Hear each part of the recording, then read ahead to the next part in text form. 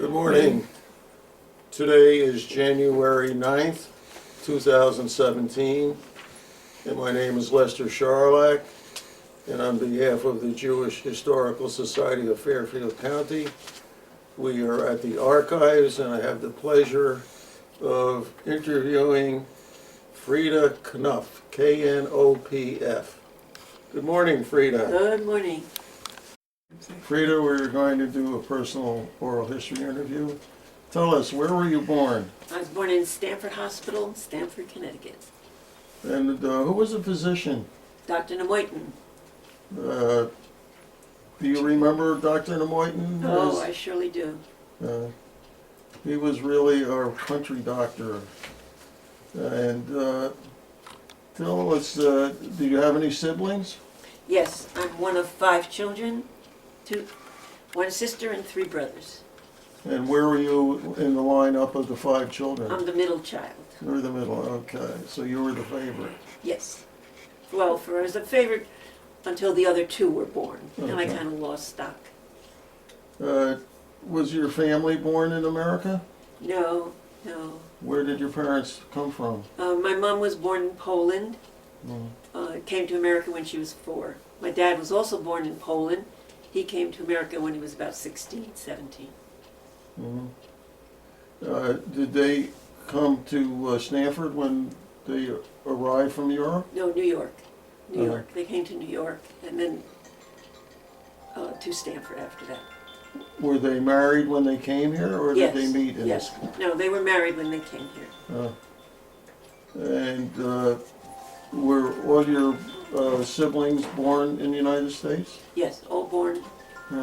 4 of them in Stanford, 1 in New York by accident.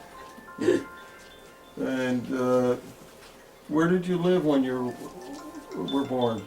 We lived on 37 Division Street, and they just wrecked that house last year, 2016. They demolished that house. That was a multifamily. Multi-family, 6-family house, owned by Fishmans, the Fishman family. Louis Fishman is the one that sold keys on Atlantic Street. Yeah, I remember him. He would pull his cart on. Yeah. Yeah, it was painted orange and black. I remember Exactly. that cart. Yeah. They owned our house. Yeah, and his brother was a full-time gambler. Yeah. Yeah. Actually, we lived there until Mrs. Fishman asked us to move because my mother was pregnant again. So she asked us to move. How old were you when you had to move? 2nd grade. And where did you move to? 18 Eli Place, Lumber, Connecticut. Yeah. And where did you go to school? Stark, Julia A. Stark School, Glenbrook Road.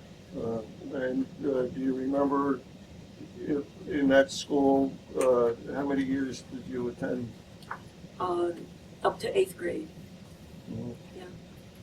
And how was the neighborhood?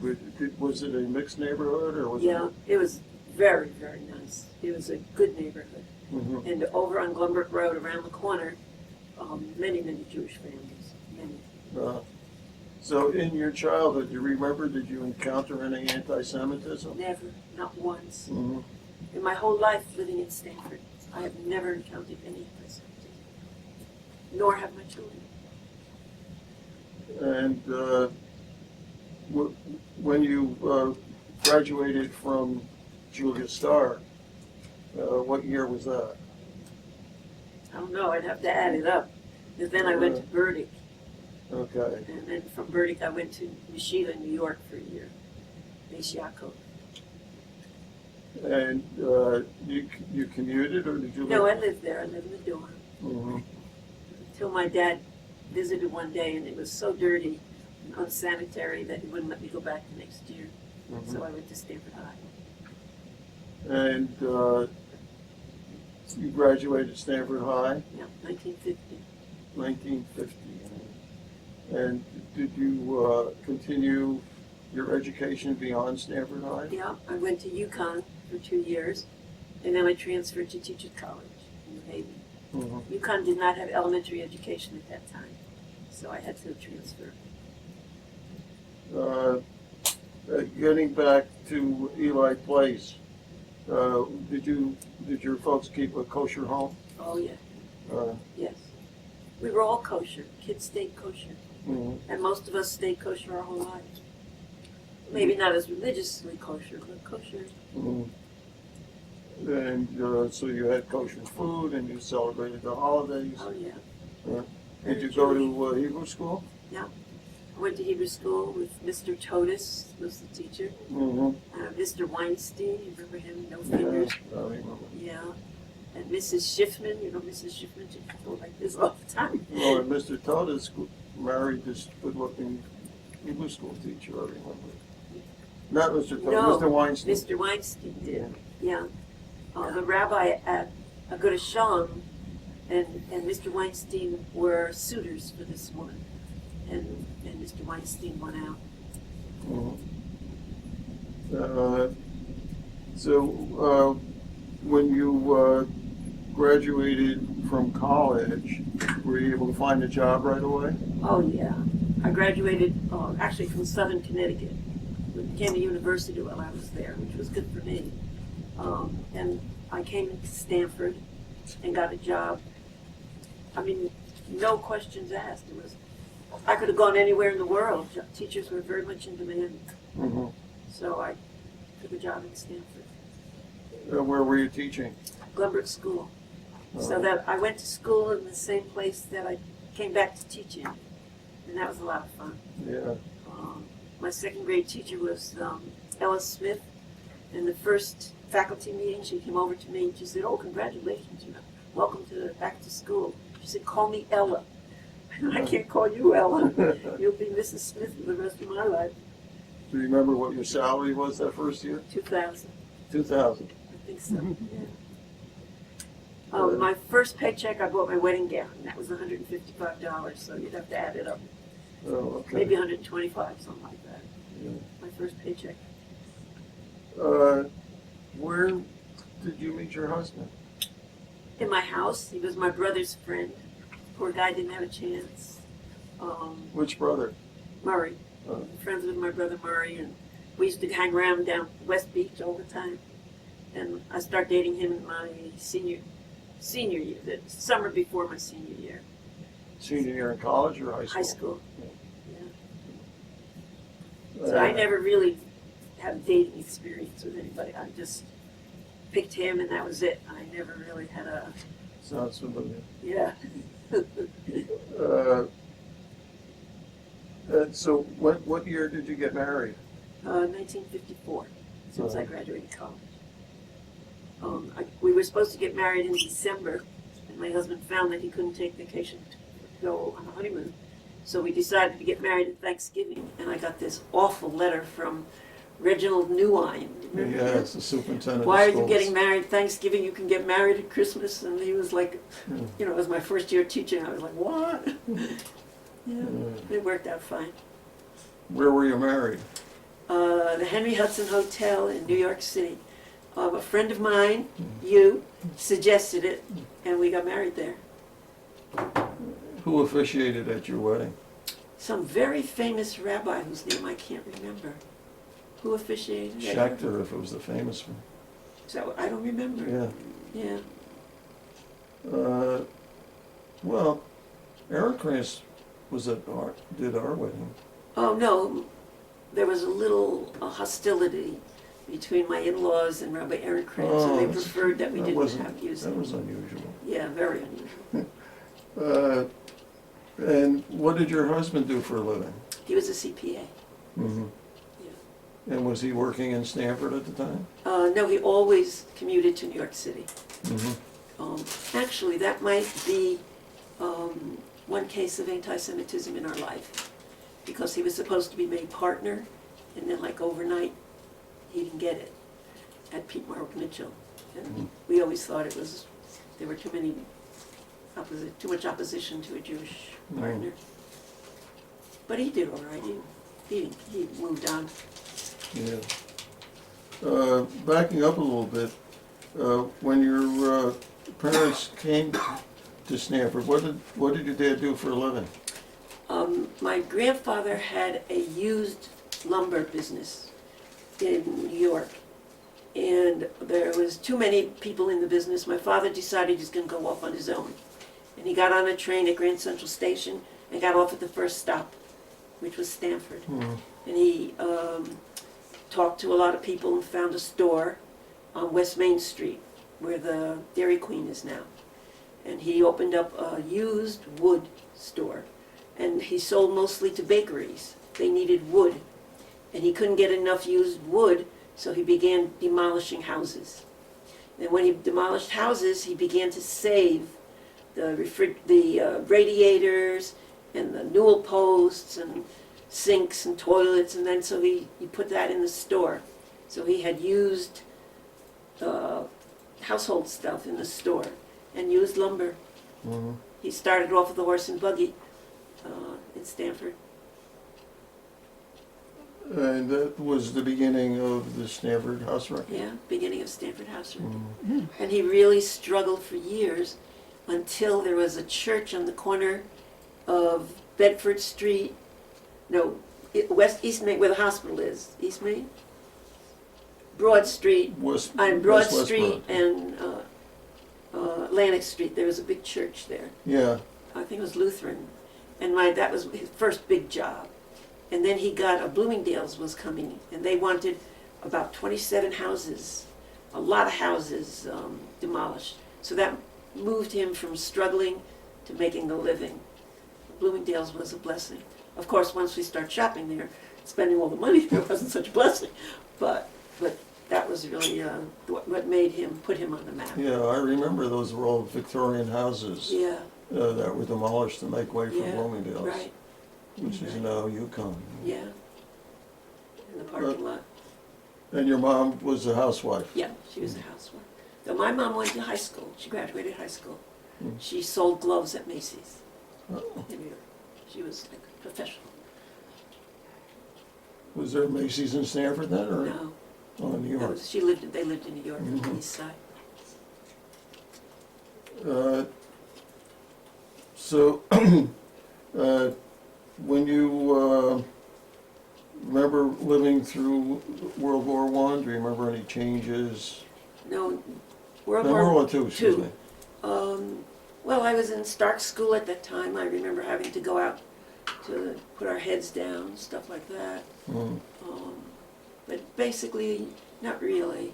Didn't affect me too much. I was watching a TV the other night. Do you remember when they had hiding under the desks when they were? Yeah. Do you remember that Yeah. experience? Yeah, I do. Yeah. But it wasn't scary. It was like, ha ha. Yeah.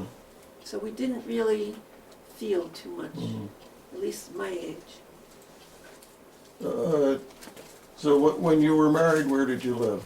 First place we lived was 77 Lafayette Street, in an attic apartment. And it was a building that had a round circle in the front. I thought it was a closet. And then when I pulled aside the curtain, it was a room.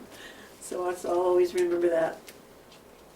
What do you remember about Lafayette Street? Or, Lafayette Street was Little Jerusalem, and there were quite a few Jewish people there. do you remember who your neighbors were or who you were friends with? Lotstein, my cousin Ethel Scher lived there.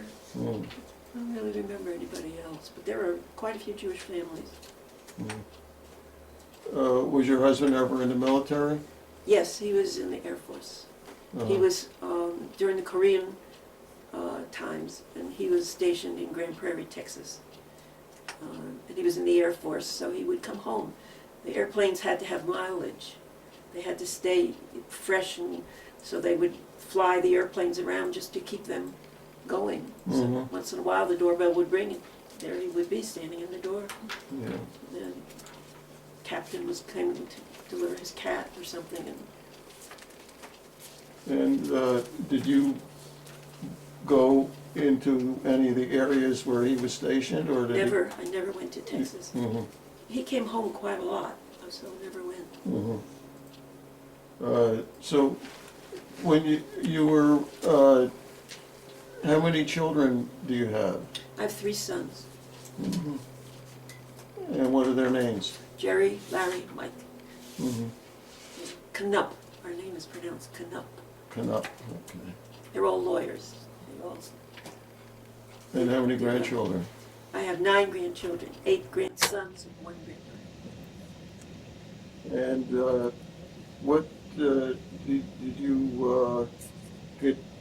You actually, when your children were young, you were not teaching, or I substitute taught, I guess would be the expression, in Stanford a lot. A lot with a community program, I forgot the name of it. It was a Head Start kind of a program. Mm-hmm. And I subbed there a lot with the little kids. That was nice. And then I went back to college and got my master's. So that was good. And after you received your master's, you were working full-time? I stayed home 26 years before I went back to teaching. 26 years. Yeah. And where did you go when you went back? Well, the first job I got was in the yeshiva in Mamaroneck. And then it was only for a year, and then I had to look for a job. So I got a resume together and went around to all the superintendent's offices. And when I got to the New Canaan office, there was somebody there who knew me. And she said, "Oh, Frieda, I'll get you a job, don't worry." And she did. So I got a job at West School in New Canaan, kindergarten. And First how- grade at that time, but then later kindergarten. And how many years were you there? 13 years, and I retired. So what would you say were the important things that you would tell your children or your grandchildren from your life experiences that they should look to do during their lifetime, or to be? Well, the theme that I'm working on right now with my grandkids is being smart's very nice, but hard work is what counts. Because they're pretty good academically, and they have to learn. They are learning, and hard work really counts, and that's what gets you ahead. You ever involved in politics in Stanford? Not really.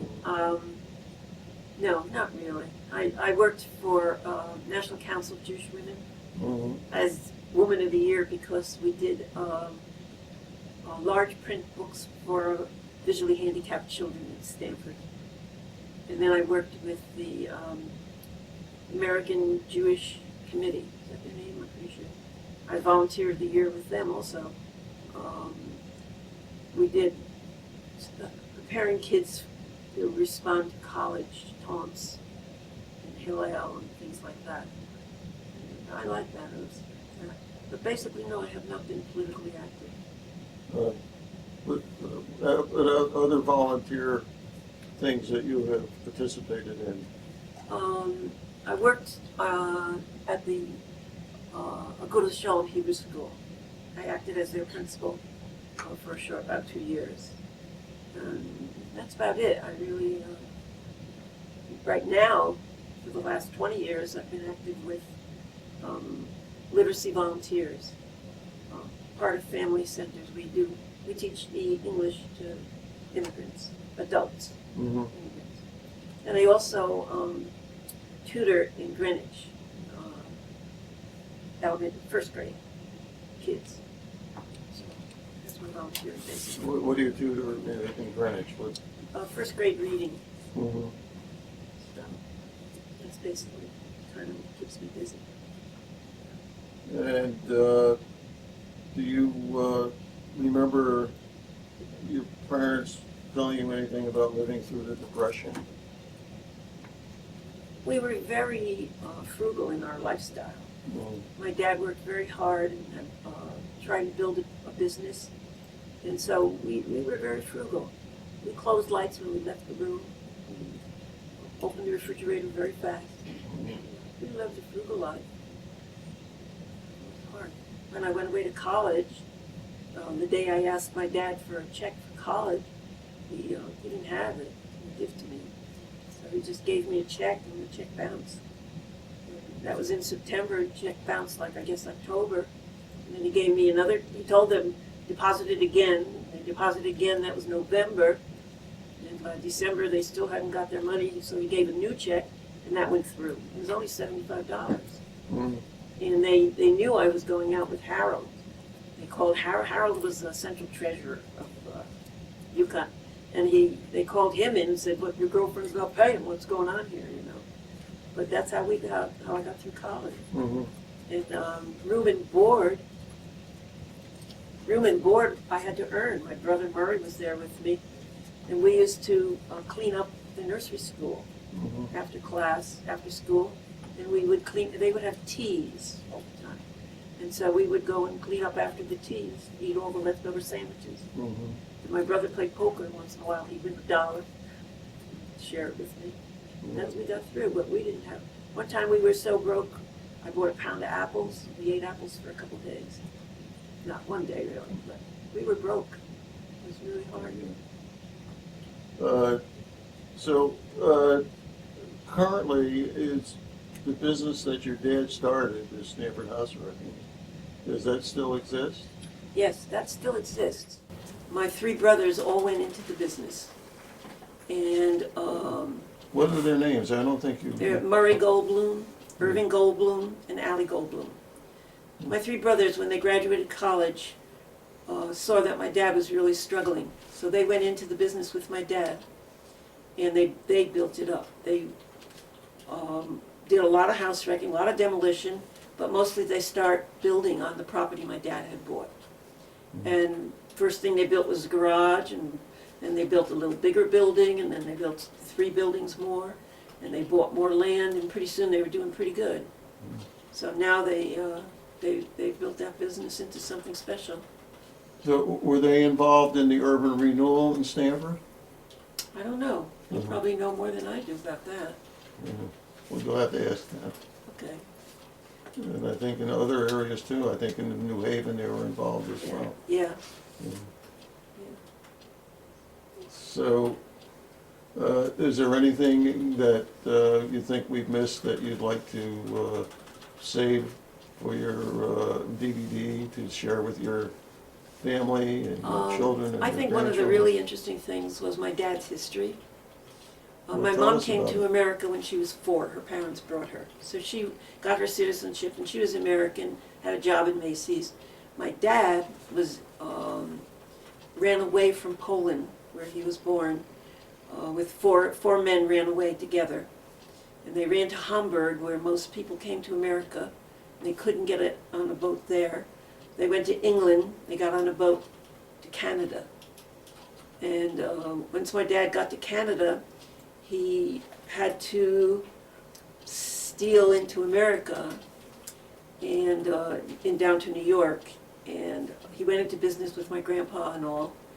And somebody reported that he was not a legal citizen, and he got deported to Cuba. And my mother had to go down, marry him, and bring him back to America. When he was in Cuba, he was in a restaurant, and there was a big fire, so he got very badly burned. And he lost, his ears were all burned. And I was in the 2nd grade, 3rd grade, before I noticed my dad didn't have ears. And somebody said to me, how come your father doesn't have any ears? And I went home and looked, and sure enough, my father didn't have ears, and I didn't notice it. But he had a hard time in Cuba. And my mother came down, married him, and they came north. They lived in New York for a short time, but eventually he went to Stanford, and they lived here happily ever after. Mhm. He had a hard time, my dad. But in the end, your brothers Yeah, made a very big success out of the Yes. what your father started. yes, exactly. Yeah. Well, 3 brothers sit together in one office and discuss everything thoroughly, Mhm. and you're bound to do well. They didn't fight, they worked together, and 3 minds produced good results. Mhm. So it was fine. Well, it's very nice to have the family work together and to run a successful business. That's right. Is the next generation involved? Of the, I think, 13 grandchildren, 2. The others went their own way, other ways. And how are they involved? Let's see. Jeffrey runs the furniture business, Mhm. and Stephen runs the house wrecking. Mhm. There's nobody else in the business. But they're doing well. You know, kids are doing fine. Start kids off with a good start, they do all right. Good. Well, I thank you very much, Frieda. It's been a nice interview, and you'll get a copy to share with your family. Very nice, okay, thank So- you very much. Wish you well and a good, healthy year for 2017. Same to you and Elaine. Thank you. Stay.